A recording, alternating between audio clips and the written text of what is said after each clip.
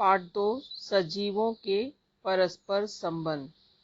बच्चों, इससे पहले हमने सजीव निर्जीव के बारे में समझा।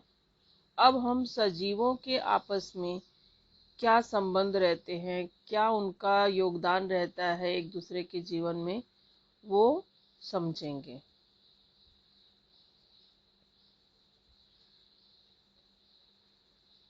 यहाँ पे हमें घर दिख रहा है। अब आप बच्चों सोचोगे कि इस घर में हमें क्या योगदान मिल रहा है सजीवों से। सजीव जो हमारे आसपास पेड़ दिख रहे हैं, हरियाली दिख रही है, इससे हमारी आंखों को शीतलता मिलती है। और पेड़ों से हमें अनेक प्रकार के फल, छाया मिलती है। जो घर हमने बनाया है उसके दरवाजे, लकड़ियाँ और खिड़की जो सब है लकड़ियों से ही बनती हैं। एक थाली में बच्चों विभिन्न प्रकार के भोजन रखे हुए हैं। ये भी हमें खाद्य पदार्थ जो भी हैं सब सजीवों से मिलते हैं। फसल से रोटी है, गेहूं, दाल, चावल, सब हमें सजीवों से ही, सजीव मतलब जो वनस्पतियां हैं, पेड़ पौधे, फसल, उनसे मिलते हैं। ग्लास में बच्चों दूध रखा हुआ है। दूध पीने से हमारी हड्डियां मजबूत होती हैं। ये दूध हमें कहाँ से मिलते हैं? जो हम जानवर पालते हैं, प्राणी, जो सजीव प्राणी रहते हैं, गाय, भैंस, बकरी, इनसे हमें दूध मिलता है। दूध का ग्लास जिस टेबल पे रखा है वो भी लकड़ी का है। लकड़ी कहाँ से मिलती है? पेड़ से। पेड़ भी सजीव है और हम मनुष्य भी सजीव हैं। जिसमें जान है वो सब सजीव है। तो हमारा इस प्रकार से परस्पर एक दूसरे का हम सहयोग करते हैं। यह व्यक्ति जो सिलाई कर रहा है, उसने जो कपड़े पहने हैं वह पेड़ों से मिलते हैं। कपास से कपड़े बनते हैं। उसकी सिलाई मशीन की जो लकड़ी है वो पेड़ पौधों से मिलती है।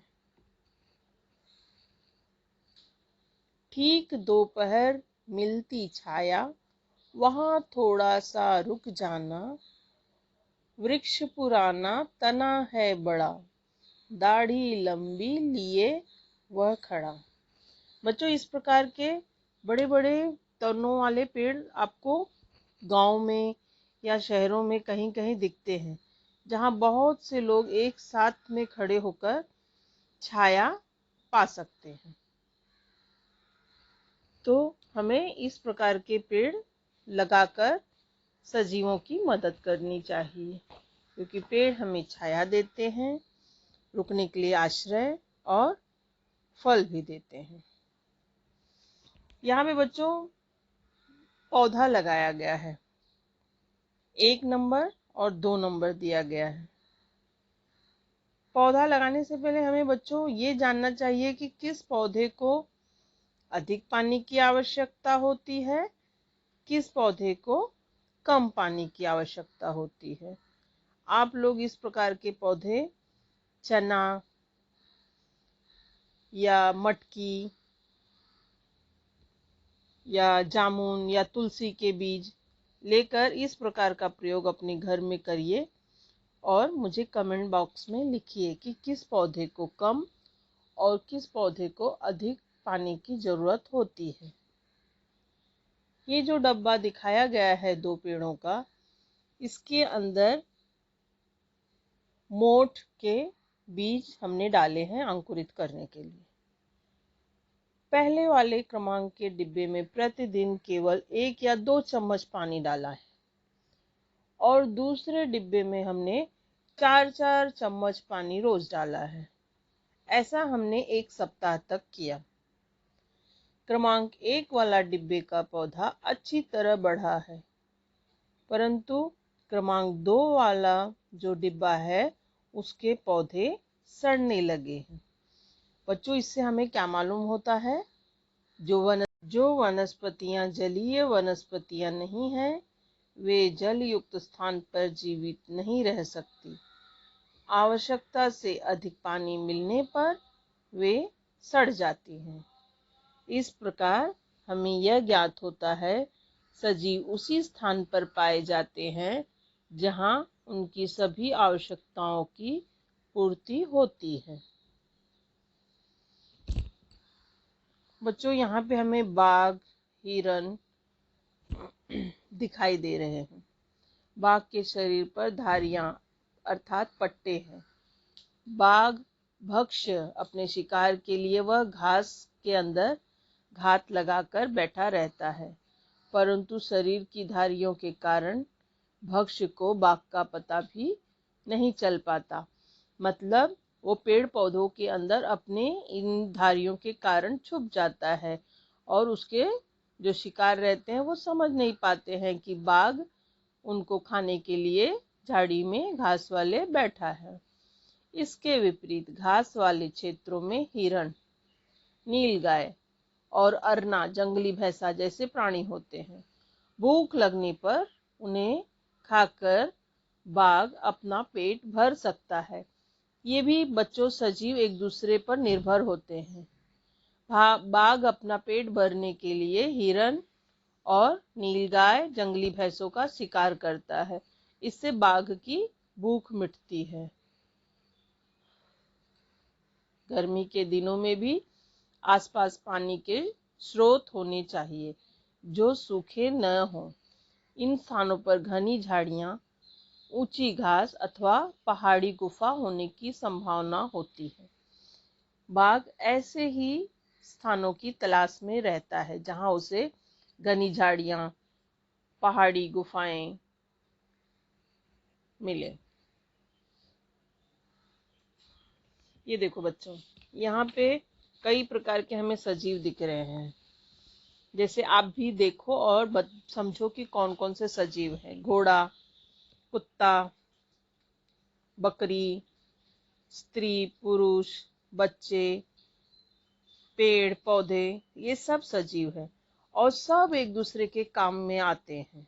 इसी को कहते हैं सजीवों का परस्पर आपस में एक दूसरे के साथ में आदान प्रदान। जैसे कुत्ता हमारे घर की रखवाली करता है, वो दुश्मन से हमारी रक्षा करता है। कुत्तों से अधिक वफादार कोई जानवर होता ही नहीं है। और ये घोड़ा, जिसपे हम अपना सामान लादकर एक स्थान से दूसरे स्थान तक जा रहे हैं। साथ में बकरी है जो हमें दूध देती है। पेड़ पौधे हैं जिनसे हम ऑक्सीजन हवा प्राप्त करते हैं, छाया प्राप्त करते हैं, फल फूल प्राप्त करते हैं। बिल्ली, हम किसी प्राणी को पालते हैं बच्चों तो उससे हम अधिक प्रेम करने लगते हैं और वह प्राणी भी हमें अपना प्रेम देने लगता है। इसलिए अपने पालतू प्राणियों का आप विशेष ध्यान दीजिए। और दूसरी तरफ देखिए, गाड़ी, दूध का टैंकर जो कि हमें प्राणियों से मिला है। यहाँ पर बच्चों पेड़ है, पेड़ पर जानवर दिख रहे हैं। अपने पूरे जीवन में अधिक से अधिक समय पेड़ों पर व्यतीत करने वाले प्राणी, अर्थात जो पेड़ों पर ज्यादा समय रहते हैं, उन्हें वृक्षवासी प्राणी, वृक्ष पर रहने वाले प्राणी कहते हैं। बंदर, चिड़िया, ये सब घोंसला बनाकर अधिक समय का उनका आवास कहाँ रहता है? वृक्षों पे। इसलिए वो वृक्षवासी कहलाते हैं। बच्चों, इस चित्र में आपको एक भैंस दिख रही है। भैंस के ऊपर, पीठ पर बगुला बैठा हुआ है और भैंस कुछ खा रही है। आपके दिमाग में यह प्रश्न जरूर आ रहा होगा कि बगुला भैंस की पीठ पर क्यों बैठा है? घास वाले स्थान पर भैंस घास चरती है। उस समय उसकी पीठ पर कोई बगुला अवश्य आकर बैठ जाता है। बगुले को भोजन में विभिन्न प्रकार के कीटकों का समावेश रहता है। घास में अधिक संख्या में कीटक होते हैं। ये कीटक बगुलों को आसानी से स्पष्ट रूप से नहीं दिखते, इसलिए बगुला इन कीटकों को पकड़ नहीं पाता और अपनी भूख मिटा नहीं पाता।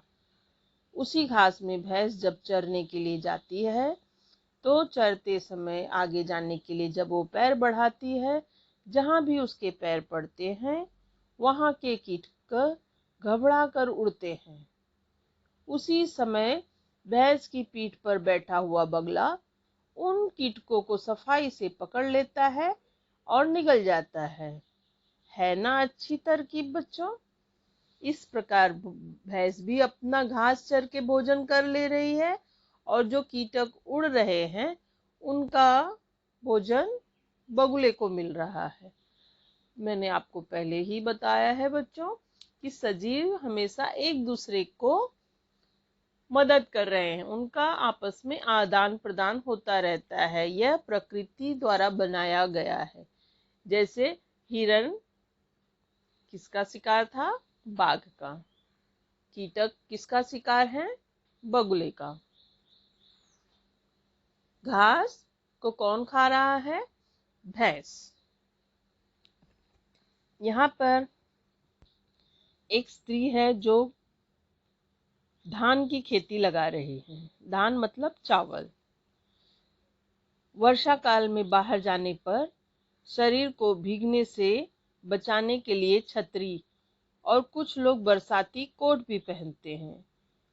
ये बच्चों ये गोनी से बना हुआ गांव का एक रेनकोट है जो किसानों की वर्षा से रक्षा करता है।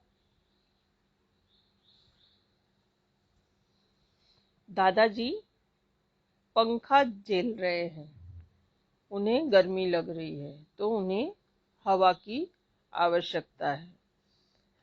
अब यहाँ पे दादाजी जिस लकड़ी पर बैठे हैं वो हमें पेड़ से प्राप्त हुआ है। दादाजी ने जो कपड़े पहने हैं वह भी हमें कपास अर्थात कपास से वस्त्र, पेड़ से वस्त्र बने हैं। शीतकाल की ऋतु में ठंड से बचने के लिए हमें गर्म कपड़े पहनने की आवश्यकता होती है। ये गर्म कपड़े हमें कहाँ से मिलते हैं? भेड़ों से। भेड़ों से हमें ऊन प्राप्त होता है और ऊन से हम गर्म कपड़े बनाते हैं। ये बच्चों देखो, ये जो फल दिख रहा है इस फल का नाम है काजू। कोकण में गर्मी में आम के साथ ही काजू का भी मौसम आता है। पहाड़ी ढलानों पर काजू के छुपों के लाल पीले ढूंढ सब जगह दिखाई देते हैं। और ये जो आम का है पेड़, उस पर आम का बोर दिखाई दे रहा है। नया शब्द है ये, कोपल, पल्लव, पेड़ों पर आने वाली नई तथा कोमल पत्तियां। ये ललछाओ रंग की होती हैं। जब ये बढ़कर बड़ी होने लगती हैं तब एक और उनका रंग बदलकर हरा हो जाता है। शीत ऋतु का वर्णन पतझड़ की ऋतु में भी किया जाता है। शीत ऋतु आने पे बच्चों देखो, जैसे इस प्रकार ये पेड़ ने अपने पूरे पत्ते झाड़ कर गिरा दिए हैं, इसलिए इस मौसम को पतझड़ भी कहा जाता है। उसके बाद आम की बौर पे जैसे लाल कोपले आई हैं तो फिर से ये पेड़ हरा भरा हो जाता है। जिन प्राणियों के शरीर पर बाल होते हैं जैसे ये खरगोश, उनमें से कुछ प्राणियों के शरीर के बाल अत्यंत घने होते हैं। इसके कारण ठंड से उनकी अपने आप रक्षा होती है। भेड़ों, कुछ प्रकार की बकरियों और कुछ प्रकार के खरगोश में तो यह वृद्धि उल्लेखनीय होती है। बच्चों जब बरसात हो जाती है बहुत ज़्यादा कहीं कहीं, तो शाम के समय हमें इस प्रकार वाला 7 रंगों का इंद्रधनुष भी दिखाई देता है जो कि बड़ा मनोहर होता है। चारों ओर पानी, बरसात हो रही है। घास और अन्य कुछ बरसाती वनस्पतियों के बीज सर्वत्र बिखरे होते हैं। कभी कभी हम जाने अनजाने में बच्चों फल खाकर उसके बीज इधर उधर फेंक देते हैं। आपने देखा होगा बरसात आने पर सब जगह वो बीज से अंकुर निकलते हैं और पूरी हरियाली छा जाती है। अंकुर क्योंकि फूटते हैं बीज में से।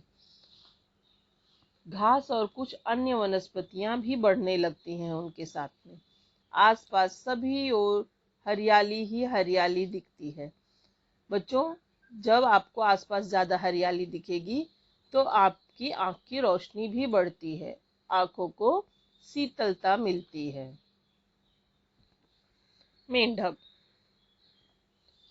चारों ओर पानी होते ही बरसात में मेंढक दिखने लगते हैं। कभी कभी एक ही सुर में उनकी टर टर की आवाज कानों में पड़ती है। बरसात समाप्त होते ही कड़ाके की सर्दी पड़ती है। इससे मेंढक को कष्ट होता है और वे जमीन के अंदर बहुत गहराई में जाकर सो जाते हैं। उनकी यह नींद लगभग 7-8 महीने तक चलती है। इसलिए हमें सिर्फ बरसात में ही मेंढक दिखाई देते हैं। बच्चों, यह पाठ आपको पूरी अच्छी तरह से समझ में आ गया होगा। भोजन के लिए हम खेती पर निर्भर होते हैं। बरसात, ठंडी तथा गर्मी की ऋतुओं में खेती संबंधित निश्चित काम करते हैं। हर फसल बरसात में नहीं उगती और हर फसल ठंडी में नहीं। इसके लिए किसानों को जानकारी होती है कि कौन सी फसल कब हमें उगानी चाहिए। बच्चों, हमने आगे आपको प्रश्नोत्तर दिए हैं जो आप अपनी सुविधा अनुसार अपनी उत्तर पुस्तिका में बिना किसी गलती के लिखिए। ये है हमारे खाली जगह, लिख के हमको याद करना है। Thank you.